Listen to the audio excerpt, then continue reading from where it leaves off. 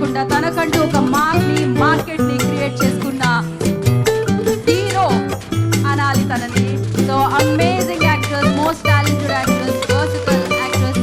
So yes, real life లోనే కాదు, real life లో కూడా చాలా మందికి ఇన్స్పిరేషన్ అని చెప్పాలి.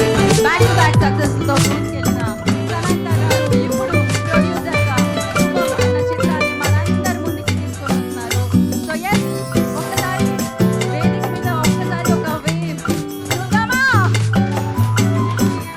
So the beautiful lady, the wonderful lady Samantha garu విశాఖపట్నంలో, వైజాగ్లో వాళ్ళందరినీ తను ప్రొడ్యూస్ చేసిన చిత్రంతో ప్రీ రిలీజ్ ఈవెంట్లో మీ అందరి ముందుకి వచ్చారు.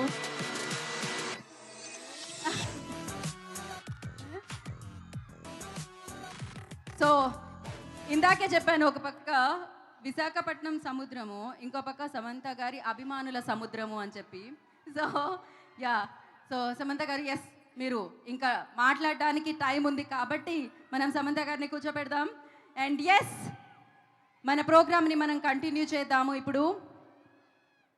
సో మరింత హాయిగా, మరింత అందంగా మారిపోయింది. ఆర్కే బీచ్లో ఒక పక్క సముద్రం, ఇంకో పక్క సమంత గారు ఉంటే ఎలా ఉంటుంది? సో మీరందరూ ఇవాళ తన్ని ఇక్కడ కలుసుకోవడం జరుగుతుంది, లైవ్లో చూడడం జరుగుతుంది. ఎస్, వన్స్ అగైన్ వారికి వెల్కమ్ చెప్పేద్దాం. And over to you Avinash garu. Yes, తను కంటిన్యూ చేస్తారు.